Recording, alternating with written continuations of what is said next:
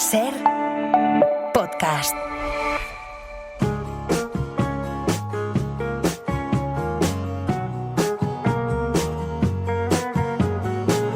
Cartagrafías.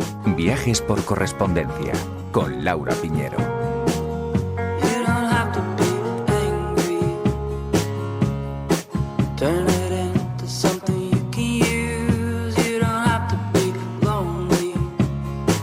Arrancamos una nueva entrega de Cartagrafías, este programa en el que tomamos como punto de partida cartas o textos de personajes históricos y que pretende ser un puente entre épocas para entender mejor el mundo, con la pregunta que planteó hace unas semanas la actriz Manuela Velasco a raíz del estreno en el Teatro de la Abadía de Madrid de la obra El Sillón K, donde da vida a la escritora Carmen Conde, que dialoga a través de misivas literarias con la autora Katherine Mansfield. ¿Qué pozo hay al pie de mi existencia humana? Sobre todo me enfrento a un enfado grande conmigo misma, con el sistema educativo, con quién nos ha contado la historia y cómo nos la han contado. Quiero que no nos quedemos en el dato, pero lo importante es la obra de las dos, de dos inmensas artistas, dos inmensas escritoras. Recuerdo que llamé a mi representante inmediatamente y dije, movamos todo lo que tengamos que mover porque yo necesito decir esto en un escenario, que poner a estas mujeres en el escenario. Es historia de España, Carmen, y es historia de las mujeres en España, en esta España, y lo que les pasó a estas mujeres con la guerra.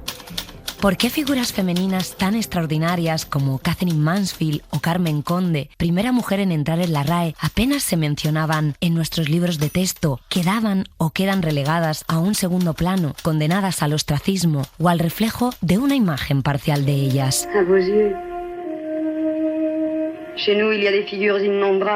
Sucedió también con la actriz gallega María Casares, que, como nos contó la escritora Susana Fortes por la publicación de su libro Solo un día más, inspirado en cartas, por cierto, se incide más en su relación con Albert Camus que en su propia historia, y hay que reivindicarla. Que ellos son un escritorazo como Albert Camus, pero ella quizás más desconocida, fíjate, a pesar de ser española, porque es una republicana del exilio y es una mujer que es mucho más que la amante de Camus. Es la gran musa del teatro francés, Legión de Honor, una actriz que empezaba en el cine con Cocteau, con Marcel Carné. Lo que pasa que en España estaba totalmente tapada, silenciada, censurada, ¿no? Pero es una mujer que me gusta reivindicar. Cariño mío, domingo 24 de julio, por la noche.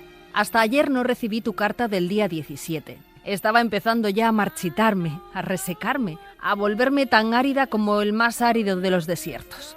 Llegó en el momento crítico, y la alegría de recibirla, de poder por fin fijar mi imaginación en hechos concretos, en un marco más familiar, al principio me cegó tanto que no me percaté de tu pesar.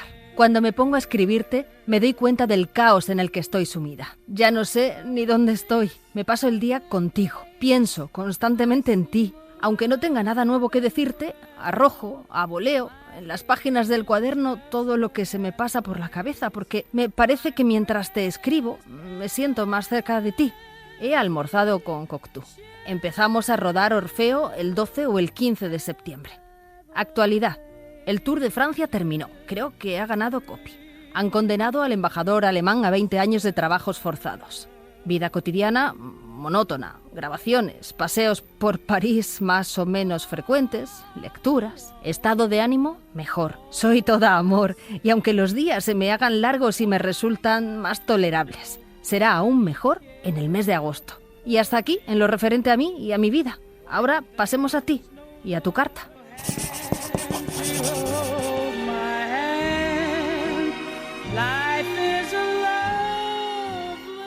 Hoy vamos a reconstruir la historia de mujeres pioneras y de trayectoria inspiradora guiados por sus propias palabras. Diferentes expertos nos ayudarán a poner contexto. Un entrañable calor nos abriga cuando el mundo golpea. Es el calor de las mujeres, de aquellas que hicieron de la vida este rincón sensible, luchador, de piel suave y corazón guerrero. Now won't you hear me singing? Hear the words that I'm saying. Wash my soul with water from on high.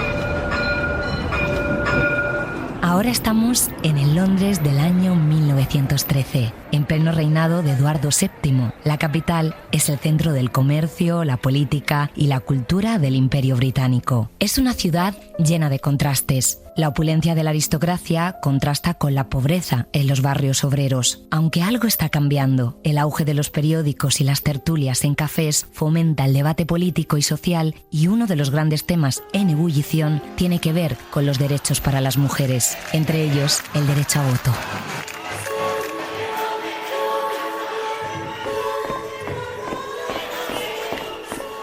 Una joven camina apresurada por estas calles. Apunten su nombre e imaginen su voz. Leonora Cohen. Está a punto de cometer un delito en la Torre de Londres y dispuesta a morir por sus ideas. Trabaja en una fábrica y ha formado parte de las campañas de protesta para pedir mejoras laborales. También pertenece a una organización pionera, la Unión Social y Política de las Mujeres, que demandan cambios como el sufragio femenino. Como las protestas pacíficas no resultan, han pasado a la acción. Queman buzones, hacen pintadas, se encadenan a lugares públicos, sabotean actos, reuniones, ponen en riesgo sus vidas y su reputación.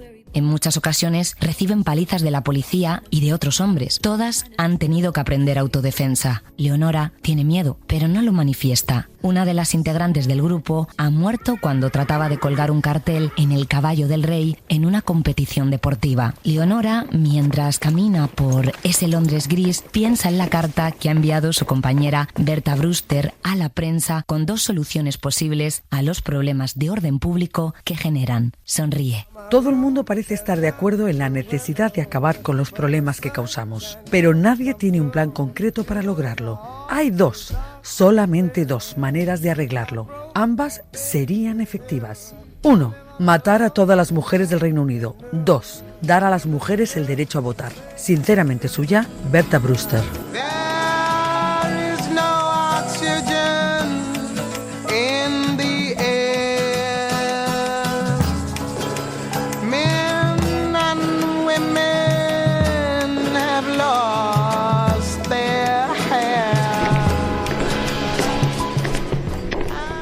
Leonora consigue entrar sin problema en la Torre de Londres, que representa el poder político masculino británico. Una vez dentro, se arrima a uno de los grupos escolares que visitan el edificio. Se hace pasar por una de las profesoras. En un descuido de los vigilantes, entra en una de las torres donde se encuentran las joyas de la corona. Saca de su abrigo una enorme barra de hierro y comienza a golpear con ira una de las vitrinas. Los guardias la detienen rápidamente, pero le ha dado tiempo a dejar una nota sobre el tesoro real que enseguida será noticia en todo el país. Protesto contra el gobierno por rechazar el derecho al voto de la mujer y continuar torturando a las mujeres presas. Hechos, no palabras. Leonora Cohen. Postdata. Derecho al voto para las mujeres. 100 años de peticiones constitucionales. Resoluciones, reuniones y marchas han fracasado. Saldrá en libertad sin cargos porque no ha dañado las joyas. Misión cumplida.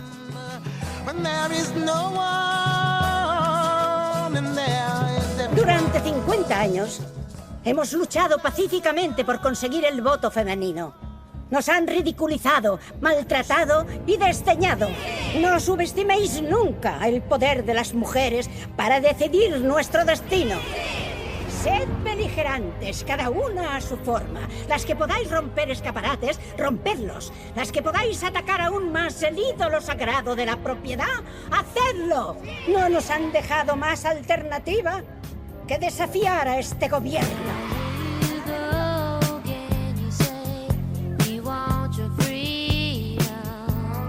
Leonora Cohen era la mano derecha de otra gran sufragista británica, de Emmeline Pankhurst. Fundó en 1903 la Unión Política y Social de las Mujeres, cuyo lema era hechos, no palabras. No queremos quebrantar las leyes, queremos redactarlas y refrendarlas. Mujeres, esta noche os hago aquí una pregunta. Si las mujeres hubiesen participado en la redacción de las leyes, ¿no creéis que habrían encontrado la forma de hacer que todos los padres de esos niños fuesen responsables del bienestar de sus hijos en la... Por sus actos de protesta, Emily entró en prisión 11 veces, al igual que muchas de sus compañeras. Para protestar y llamar la atención, se declaraban en huelga de hambre. Las autoridades, por miedo a que alguna perdiera la vida y se convirtiera en mártir, las alimentaban a la fuerza, tal y como recordó Mary Richardson. Me dieron de comer durante 5 semanas por la nariz y al final ya no podían pasar el tubo de la nariz a la garganta, a pesar de que lo doblaron y lo retorcieron de todo tipo de formas. Se subía por la parte superior de mi nariz y parecía que me estaban perforando los ojos. Fue entonces que me forzaron a abrir la boca, insertando sus dedos, cortándome las encías y el interior de mis mejillas. Cuando estaba loca de dolor, me metieron 2 grandes mordazas. Luego siguieron los tubos y presionaron mi lengua hacia abajo con los dedos y me pellizcaron la nariz para debilitar la resistencia natural de mi garganta. Estos abusos conmocionaron a la opinión pública. Emily aprovechaba el tiempo en prisión para escribir. Querida amiga, en unos días el Parlamento volverá a reunirse y la lucha por el voto se volverá más fuerte que nunca. Las mujeres que participan en la forma más drástica de militancia se enfrentan a los riesgos de la huelga de hambre y la alimentación forzada, seguirán luchando con renovado coraje y determinación. Pero para otras mujeres también hay trabajo activo que hacer de gran valor e importancia. Espero formalmente que cada miembro de nuestra unión que no esté participando en un servicio activo se inscriba como miembro de la delegación que se acercará al rey en la próxima sesión. El tiempo de hacer uso de este antiguo derecho para acercarnos al rey, hacerle saber sus agravios y exigir el derecho al voto ha llegado. A nosotras, como mujeres, se nos niega la representación por lo que el Parlamento no es nuestro responsable directo. Por lo tanto, debemos usar nuestro único derecho constitucional y hacer que nuestra delegación sea tan grande y representativa que asegure su éxito. Espero que tú misma te unas y enroles a otras. Sé que no querrás jugar un papel meramente pasivo en un tiempo de crisis como este. En 1918, las mujeres en Inglaterra consiguieron el derecho al voto e incentivaron otros cambios políticos y sociales. Sus protestas inspiraron movimientos feministas en todo el mundo. Don't get too comfortable, my boy. I'm expecting company. Don't you have somewhere else to go? Or do you just like to visit me? You can't come around anytime you please, just like you did before. So tighten up your tie. Leonora Cohen, la feminista de la Torre de Londres, murió con 105 años y donó su gran colección de recuerdos al Museo de la Casa de la Abadía de Leeds. Entre esos recuerdos tenía un artículo sobre una enfermera a la que admiraba, Edith Cavell, que trabajó en la Bélgica ocupada por los alemanes durante la Primera Guerra Mundial. Ayudó a cientos de soldados británicos, franceses y belgas enfermos y fue ejecutada en 1915, causando un gran revuelo público. Y si hablamos de una profesional pionera de la enfermería, no puede faltar ella, la dama de la lámpara. Yo utilizo la palabra enfermería a falta de otra mejor. Se ha limitado a significar poco más que la administración de medicamentos y la aplicación de cataplasmas. Pero debería significar el uso apropiado del aire, la luz, el calor, la limpieza, la tranquilidad y la selección de la dieta y su administración, y con el menor gasto de energía por el paciente. Se ha dicho y escrito montones de veces que en toda mujer hay una buena enfermera. Yo creo, por el contrario, que los auténticos elementos de la enfermería son casi desconocidos. Con esto no quiero decir que la enfermera sea siempre la responsable. Una mala sanidad, una mala arquitectura y una mala administración a menudo hacen imposible cuidar. Florence Nightingale, enfermera británica del siglo XIX, está considerada como la madre de la enfermería contemporánea. Era hija de una familia acaudalada, culta y liberal británica, que permitió que estudiara para convertirse en una esposa bien formada. Fue una alumna brillante, con un talento fuera de lo común para los números y la estadística. Un buen día, tras asegurar que había recibido una llamada divina, anunció que quería ser enfermera y que nunca se casaría. Logró que sus padres aceptaran su decisión y le costearan una serie de viajes por varios países para ampliar conocimientos. Pero en 1853 estalló la Guerra de Crimea, que movilizó a 100.000 soldados británicos. Más allá del frente, las pésimas condiciones sanitarias costaban vidas, según contaron los primeros corresponsales de guerra de la historia, cuyas informaciones encendieron a la opinión pública. Cientos de británicos escribieron entonces cartas a los periódicos ofreciéndose como voluntarios para ir a Crimea. Florence también mandó esta carta a la esposa del secretario de Defensa. Querida señora Herbert, fui a Belger Square esta mañana con la esperanza de encontrarla. Ante las noticias del Times, una pequeña expedición privada de enfermeras se ha organizado para acudir a Scutari y me ha sido asignado el mando de la misma. Lady Forrester ha donado 200 libras para la misma y nosotras correremos con los gastos de alojamiento y manutención allí, por lo que no supondremos ningún gasto para el país. El doctor Smith, del Cuerpo Médico de la Armada, nos ha autorizado y me ha dado cartas de presentación para el oficial médico. El fondo para los enfermos y heridos que ha organizado el Times servirá para atender a los desdichados heridos. Y ahora al grano.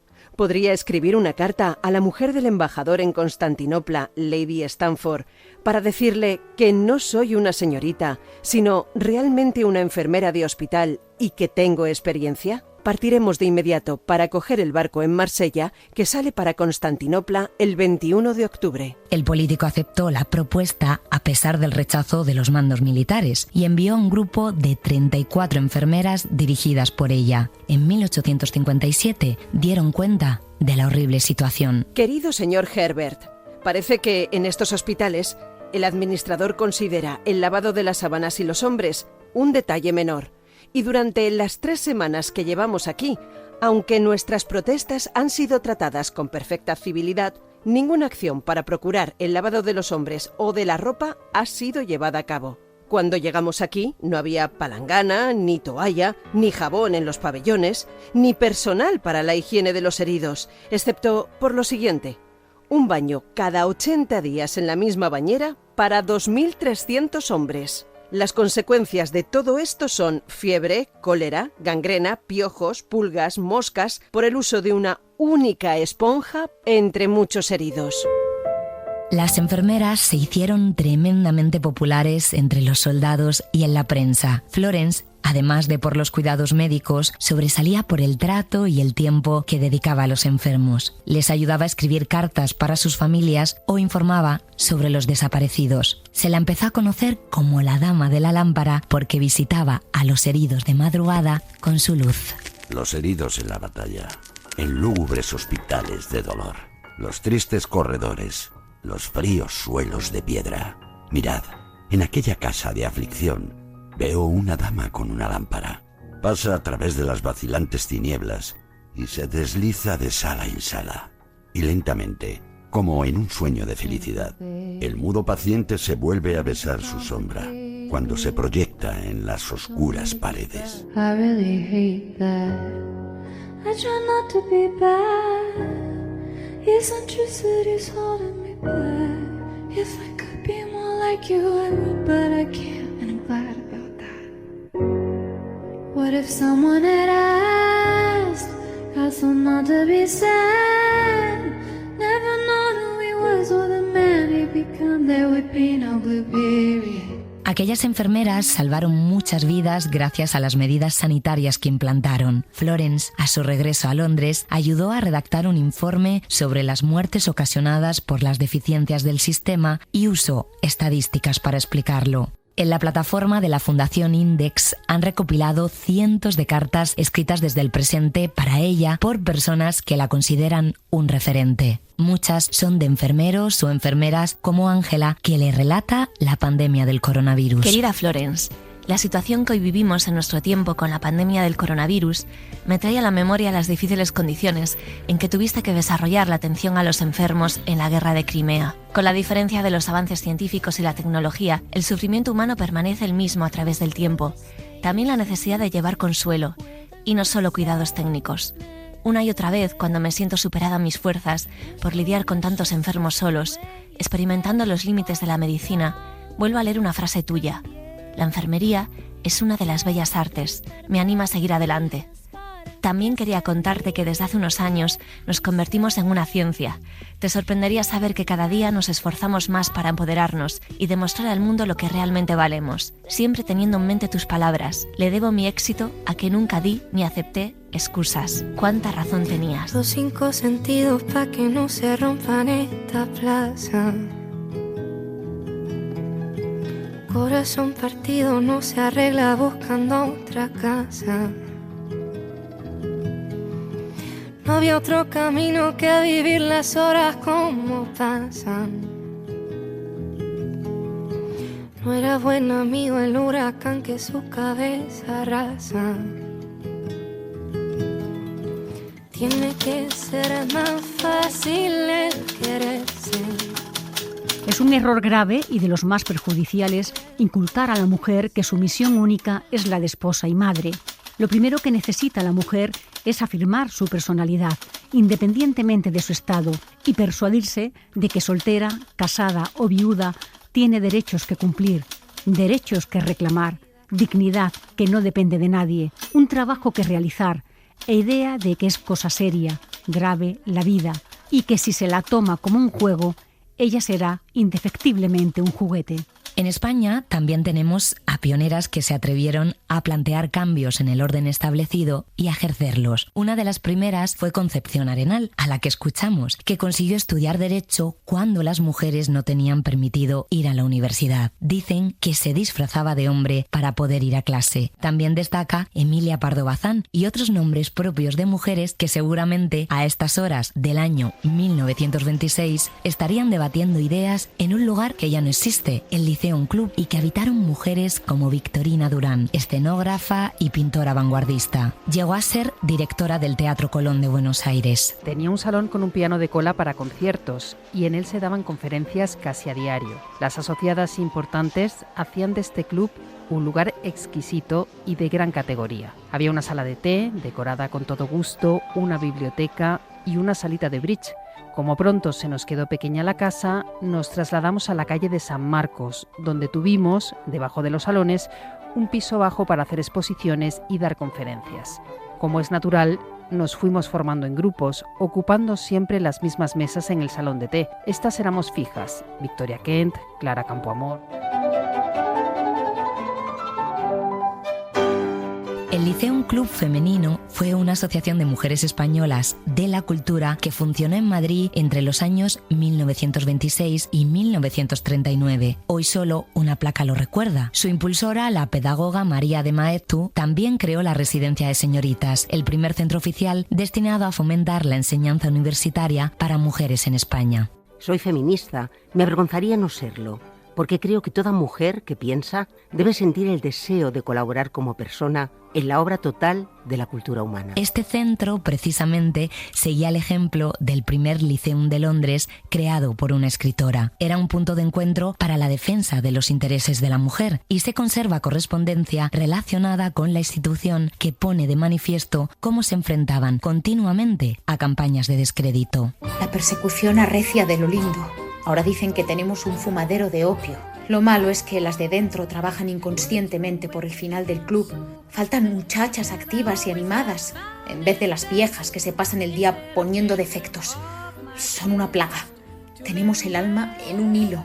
Si fuera verdad lo del fumadero, no tendríamos ánimos para organizar tantas cosas. Muchas de estas mujeres se engloban dentro del conocido movimiento de las sin sombrero. Tania Bayó es investigadora, experta en su legado. Los fondos epistolares, como los diarios o las notas, son la única manera que tenemos de recuperar su propia voz. Es muy complicado recuperar la figura desde la vitalidad, desde la vida, no desde el recuerdo lejano. Yo las quiero a ellas y las quiero a ellas hablando de sí mismas. Se alberga ese espacio más profundo de intimidad. No seas tonta, Dolores, y no te abatas así, solía decirle. Yo comprendo que es triste que tu marido no te atienda como tú te mereces y ande por ahí con querintangas, pero no sabes tú lo que hacen otros. Después de todo, nada te falta en tu casa y no se mete contigo. Créete que lloras solo con un ojo. Dolores asentía. ¿A qué quejarse? No pudiendo ser dichosa, se conformaba con verse libre de las caricias de su marido. Era aquello lo que buscaba con el divorcio.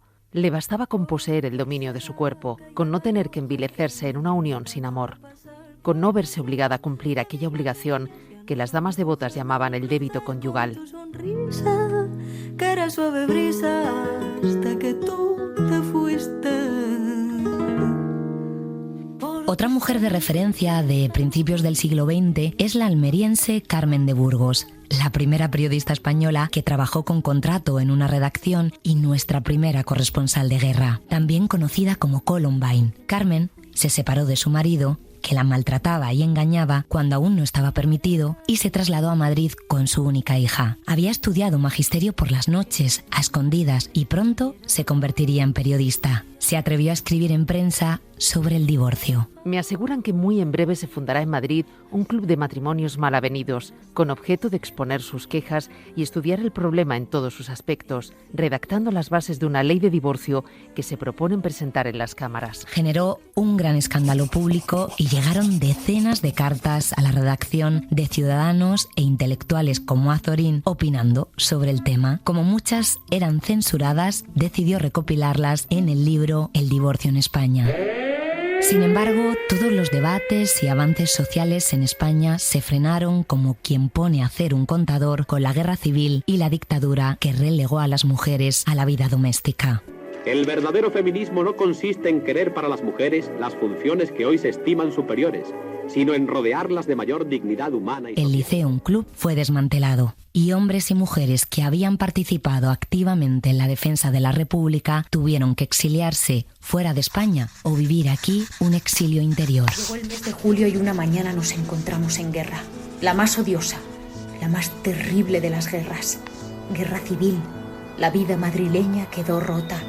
Fue como si los caminos normales se hubieran cerrado y nadie supiera con seguridad por dónde tenía que andar. El autobús no iba deprisa, pero todo el mundo tenía miedo. Un miedo gelatinoso, viscoso, que resbalaba por los cuerpos y se transfundía después en ellos, formando en la garganta y el estómago olas difíciles.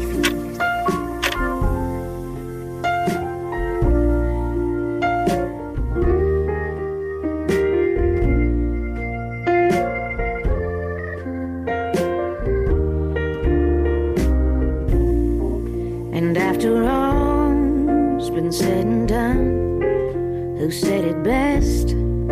Were you the one? La periodista Carmen de Burgos nació en 1867, solo 3 años más tarde que otra mujer muy interesante de la historia del periodismo, la norteamericana Nellie Bly. I'm confessing that I love you. Nellie había estudiado también magisterio, pero su destino cambió para siempre cuando leyó en un periódico una columna profundamente machista titulada ¿Para qué sirven las chicas?, donde el autor criticaba a la mujer trabajadora e incluso evocaba a la política china de entonces que salvaría a las niñas de la monotonía de su destino. La joven, con 20 años, muy indignada, decidió responder al periódico con una carta anónima firmada como la huerfanita solitaria. ¿Pueden los que tienen abundantes bienes en este mundo darse cuenta de lo que es ser una pobre mujer trabajadora? Habitando en una habitación vacía sin fuego suficiente para protegerse del viento y del frío, negándose a ella misma el alimento necesario para que sus pequeños no pasen hambre, así día tras día, semana tras semana, sana o enferma, ella trabaja para poder vivir. ¿Os parece esto de mariposas de la moda o señoras del ocio? En lugar de reunir a los jóvenes verdaderamente inteligentes, reúnan a las niñas realmente inteligentes. Sáquelas del lodo, bríndeles un empujón en la escalera de la vida y serán enormemente recompensados por su éxito.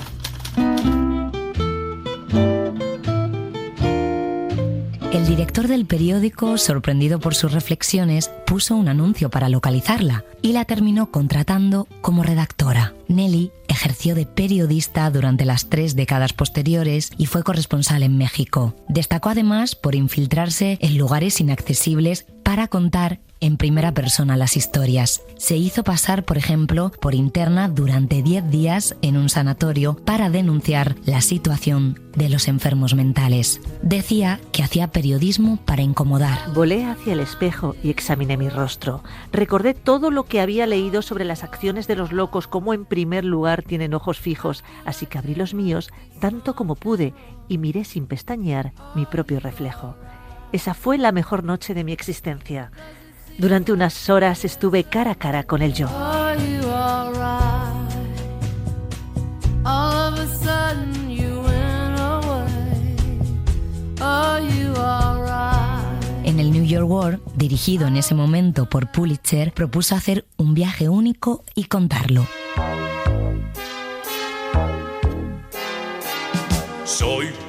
Dar la vuelta al mundo en 80 días, emulando en solitario la hazaña del personaje de Julio Verne. Todo el recorrido tuvo un gran impacto mediático, social y cultural. Hasta el propio Julio Verne le escribió una carta para conocerla durante el viaje. Finalmente, y con 25 años, dio la vuelta antes de tiempo, en 72 días, y demostró que una mujer es capaz de todo si nos dejan intentarlo. La editorial Norma Ediciones acaba de publicar una novela gráfica sobre su figura. Blackbird singing in the dead of night. Take these broken wings and learn to fly. All your life. Flight, I had ice conditions and general storm. On this flight, really no bad weather at all except a few little rain squalls. I thought... Blackbird singing in the dead of night.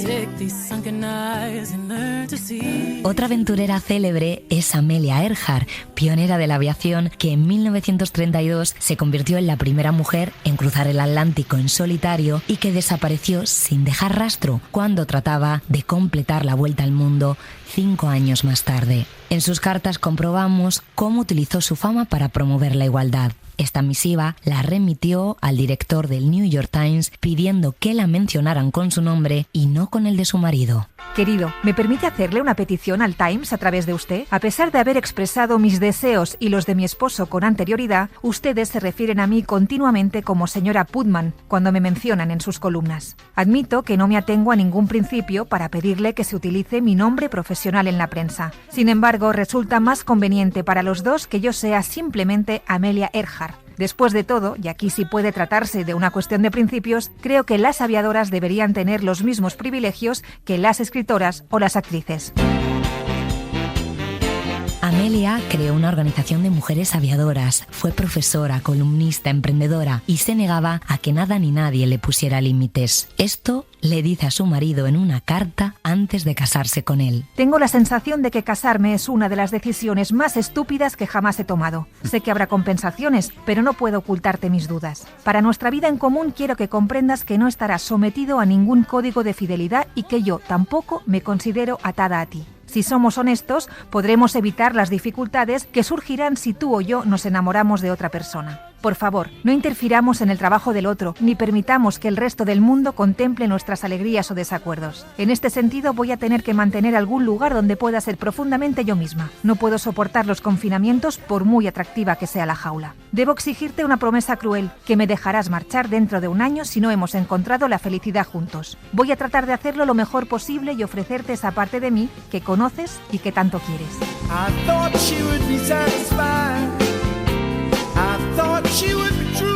Y sobre su trágica desaparición emociona esta carta que envió una niña a su marido tras conocerse la noticia del accidente. Demuestra la importancia de tener referentes. Estimado señor Putman, una chica alta y esbelta salió de su avión y sonrió a los reporteros que esperaban. Poco después, cuando estaba sola, corrí alegremente hacia ella y le pedí su autógrafo. Temblé y suspiré. Me gustaría ir con usted, señorita Earhart, en su viaje alrededor del mundo. Su sonrisa se atenuó y con seriedad dijo: no va a ser tan fácil. Le pregunté sobre los planes de su viaje por el mundo. Su voz era música para mis oídos. En las paredes sobre el escritorio hay fotografías de Amelia. Cada vez que las miro me pregunto si está viva o lo que estará haciendo. Mi mayor deseo es ser como Amelia en todos los aspectos posibles.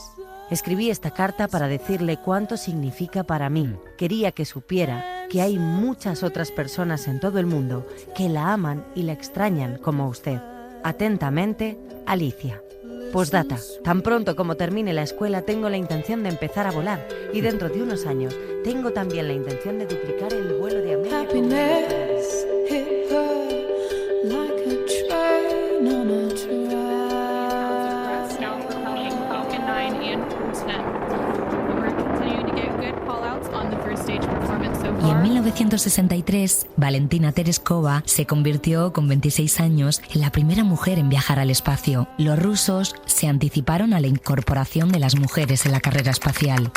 Podrían haberse adelantado los norteamericanos, pero el machismo frenó un proyecto secreto que implicaba a 13 mujeres y que inició un médico experto en entrenamiento espacial llamado el Mercury 13. Esas 13 mujeres, con gran experiencia como pilotos, superaron todas las pruebas y exámenes del programa espacial, en muchos casos con mejores marcas que los varones. Sucedió con la piloto Jerry Cobb, que obtuvo una nota global que superaba al 98% de los candidatos masculinos. Why do you think there is a need for women in space? Well, it's the same thing as is there a need for men in space? If we're going to send a human being into space, we should send the one most qualified. A pesar de ello, ninguna pudo viajar al espacio y soportaron todo tipo de comentarios machistas. La NASA tumbó el proyecto. Cobb acudió al Congreso a luchar contra esta discriminación y en 1963 escribió esta carta al presidente Kennedy suplicando ayuda. 3 de marzo de 1963.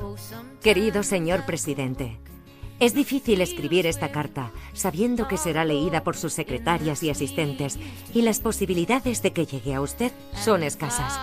Me siento obligada a hacerlo de todos modos, con la fe de que el asunto, de alguna manera, llame su atención.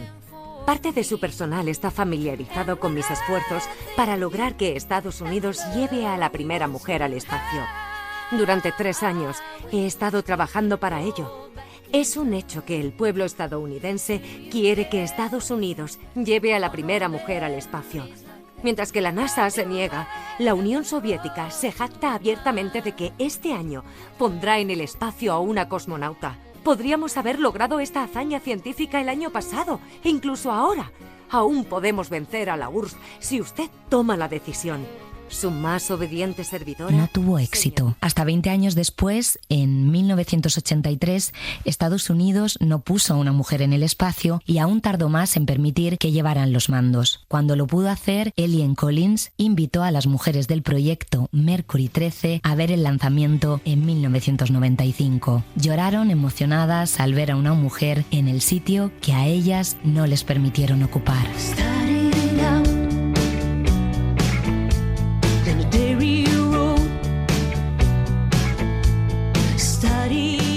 La ciencia, la exploración espacial y la innovación no avanzan, solo avanzan cuando sumamos todas las miradas, todas las perspectivas y todo el talento. Y la igualdad no es solo una cuestión de justicia social, sino también de progreso, porque no podemos aspirar a construir el futuro si seguimos dejando fuera a la mitad de la población. Durante mi carrera nunca he dejado que el hecho de ser mujer me frene o me condicione a la hora de perseguir mis sueños. Y afortunadamente he tenido la inmensa suerte de rodearme de personas que han creído en mí y que me han apoyado en cada paso. Pero también soy consciente de que mi historia no es la norma. Sigo viendo cómo muchas niñas y jóvenes dudan de sí mismas, cómo se enfrentan a barreras invisibles que les hacen creer que hay mundos que no son para ellas. Soy muy consciente, sin embargo, de que la igualdad no es solo una cuestión de voluntad individual. También necesitamos políticas que garanticen las mismas oportunidades en todos los ámbitos. Estoy convencida que en unos años habrá muchas más candidatas a astronauta en España porque lo han podido soñar de pequeñas. Soy la primera de muchas que están por llegar. En España, la bióloga molecular Sara García Alonso se ha convertido en un nuevo referente. Fue seleccionada entre 23.000 personas por la Agencia Espacial Europea, convirtiéndose en la primera mujer española candidata a astronauta. Trabaja en el Centro Nacional de Investigaciones Oncológicas, donde lidera un proyecto para descubrir nuevos fármacos contra el cáncer de pulmón y de páncreas. En su libro Órbitas, Apuntes de una vida en continua exploración, de la editorial Penguin Random House, escribe una carta a su yo del pasado, un recurso literario utilizado por muchos autores para ordenar y compartir recuerdos. Elegí el formato de carta para la órbita 3 porque de alguna forma quería como crear un puente íntimo entre el pasado y el presente. Digamos que la carta a mi yo adolescente me permitía explorar pues, tanto los cambios como las constantes que han tenido lugar en mis pensamientos. Además me ayudó mucho el hecho de haber encontrado el diario que escribía a esa edad. Y por otro lado, me parece que la carta es un gran recurso literario para expresar en primera persona sentimientos, pensamientos, de una manera quizá más directa y más profunda, como si estuvieras hablando contigo misma, que es lo que pretendía. Y de esta forma no solo podía aumentar la intimidad del relato, sino que también permitía a los lectores ver la evolución de una persona real que al final ha atravesado distintas etapas de la vida y ha aprendido de todas ellas. León, marzo de 2024. Mi querida Sara, no sé si te sorprenderá esta carta enviada desde el futuro. No te has convertido en Sarah Connor, sería un sueño hecho realidad. Ni vengo a alertarte de un apocalipsis o de posibles Terminators musculosos que quieren modificar el devenir de tus acontecimientos para evitar el nacimiento de un salvador. Solo de pensar en todas las reglas que hay que cumplir cuando haces viajes temporales, aunque sea en formato escrito, me empiezo a cuestionar si esto es una buena idea. He decidido escribirte desde dentro de 20 años en un ejercicio un tanto egoísta y egocentrista. Mis intenciones no son disuasorias, ni mesiánicas, ni paternalistas. Soy consciente de que te acabo de hacer el spoiler de que superarás la edad maldita del rock y la de Jesucristo. Y posiblemente te destripe sin querer algún otro secreto más. Pero lo último que deseo con esta carta es modificar tu conducta. No quiero evitarte sufrimiento, ni errores, ni miedos, ni dudas, porque inmediatamente te estaría privando de lecciones, posibilidades, retos y orgullo. Simplemente quiero recordar cómo me sentía a tu edad, antes de que los acontecimientos que van llenando nuestra historia me hagan olvidar por completo la intensidad con la que vives cada momento ahora mismo. Tu mente analítica y tu afán de racionalizarlo todo son un arma de doble filo. Sabes que has entrado de lleno en la adolescencia. Sabes que se vienen cositas, tanto físicas como psicológicas. Y sabes que no podrás hacer nada por bajarte de la montaña rusa emocional en la que te encuentras. Pero siempre te han encantado los parques de atracciones y las emociones fuertes, aunque no tanto la impotencia de no controlar la situación. Así que relájate y disfruta, incluso cuando tengas que gritar o llorar para descargar tensión. Eso sí, abróchate el cinturón de seguridad.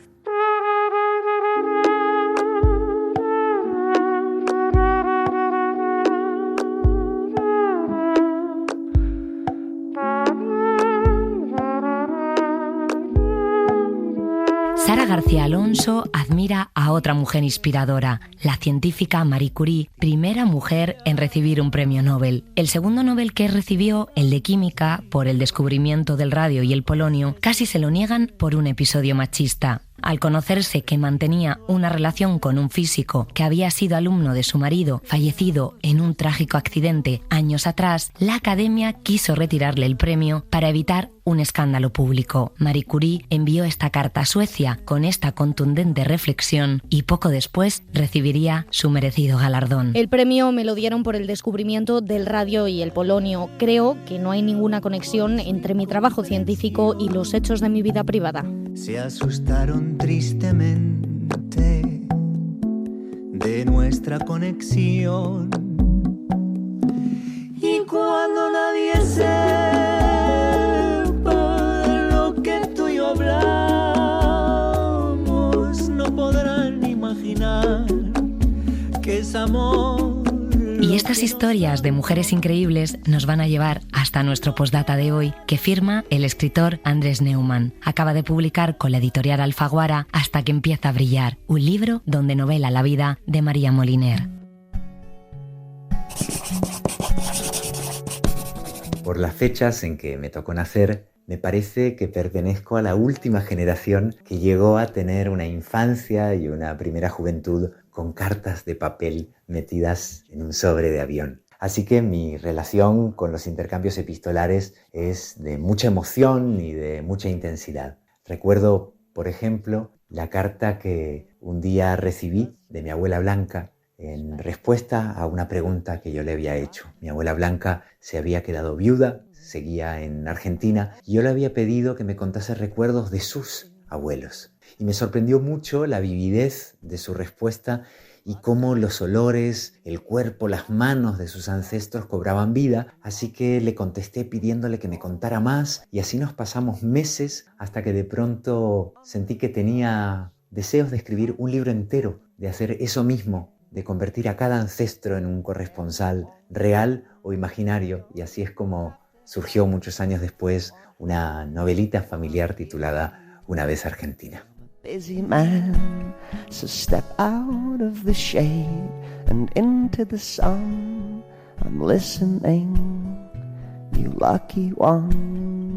Mi amor por la figura de María Moliner comenzó, supongo que como tantísima otra gente, consultando y admirando su diccionario en mis tiempos de estudiante de filología y de lingüística. Pero así poco a poco fue creciendo también una curiosidad enorme por su vida, por tratar de averiguar qué es lo que la había llevado a tomar esa decisión quijotesca, maravillosa y aparentemente imposible de escribir ella sola el diccionario entero de la lengua. Y me puse a investigar su biografía, vida íntima, familiar, para ver cuáles eran los indicios que nos podían permitir prefigurar ese destino de gran lexicógrafa que tendría muchos años más tarde. Y al mismo tiempo me puse a releer su diccionario en clave un poco más íntima, tratando de leer entre líneas la propia vida de María Moliner en el modo en que define las palabras, en los ejemplos de uso que pone, la forma que tiene, tan precisa, tan digna, pero en el fondo tan personal,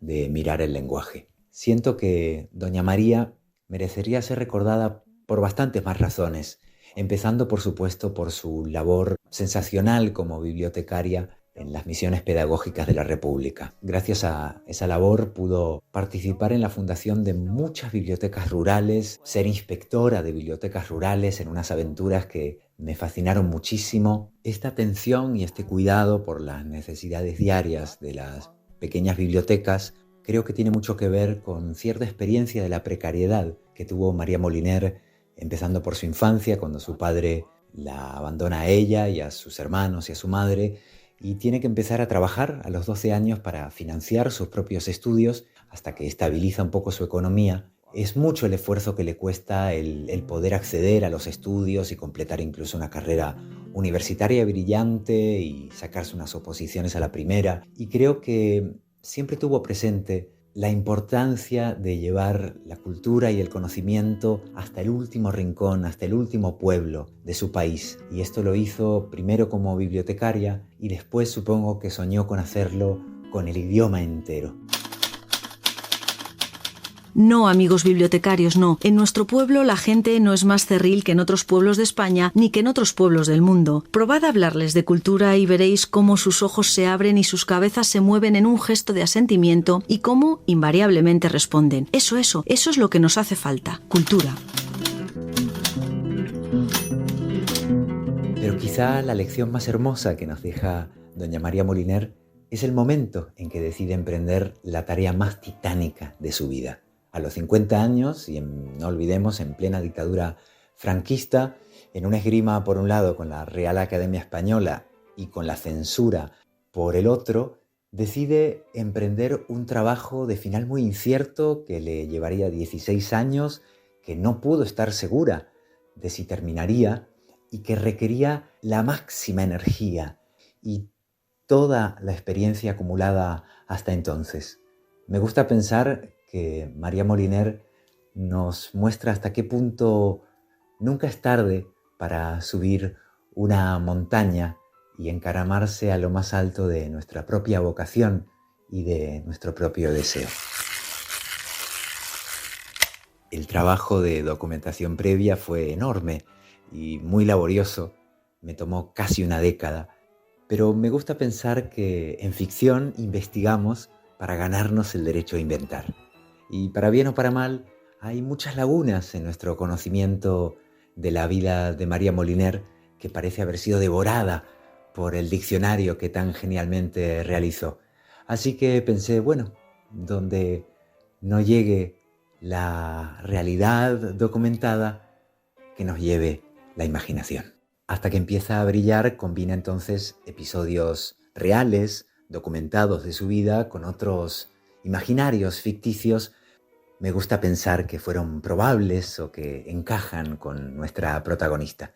Y de la misma manera se alternan diálogos de personaje, de novela, con textos que sabemos que María Moliner escribió, empezando, por supuesto, por su maravilloso diccionario, y también se incluyen pequeñas citas de cartas que María escribió o recibió, sobre todo cartas a su familia y a sus amistades.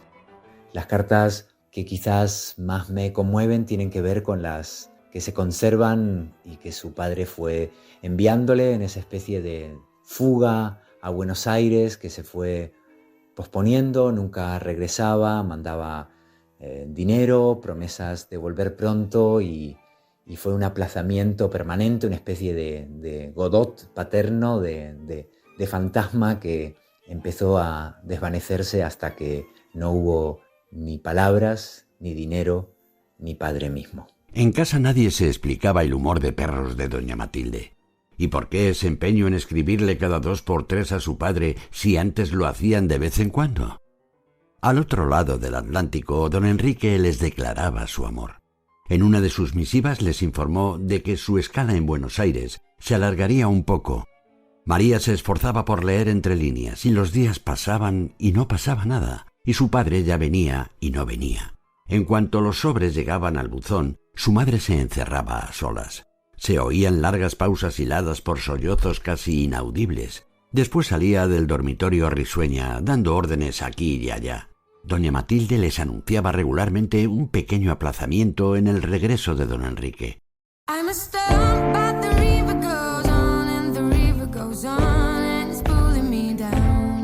Seleccionar una sola palabra del diccionario de María Moliner me parece tan difícil como elegir un pez en todo el mar. Pero si hubiese que empezar por alguna, lo haría por la A y por amor. Sentimiento experimentado por una persona hacia otra. Que se manifiesta en desear su compañía, alegrarse con lo que es bueno para ella y sufrir con lo que es malo. Con lo que es malo. Creo que es un programa de vida, además de una definición lexicográfica.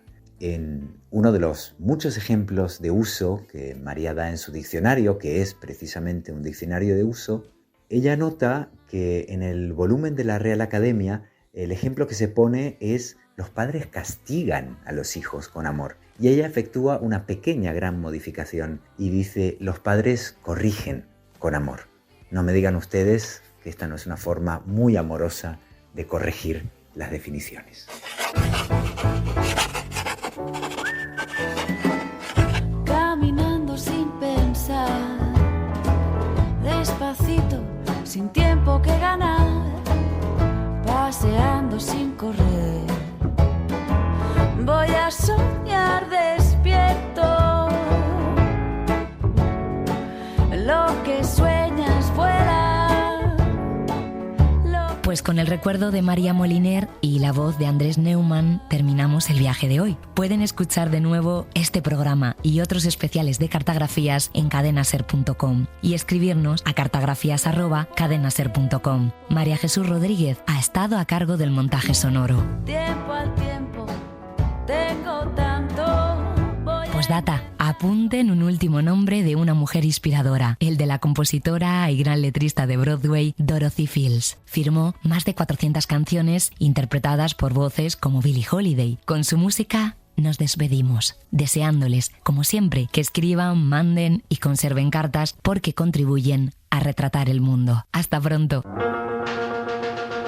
Cartografías con Laura Piñero. Grab your coat and get your hat. Leave your worry on the doorstep. Just direct your feet to the sunny side of the street. Can't you hear a pitter? Ser Podcast.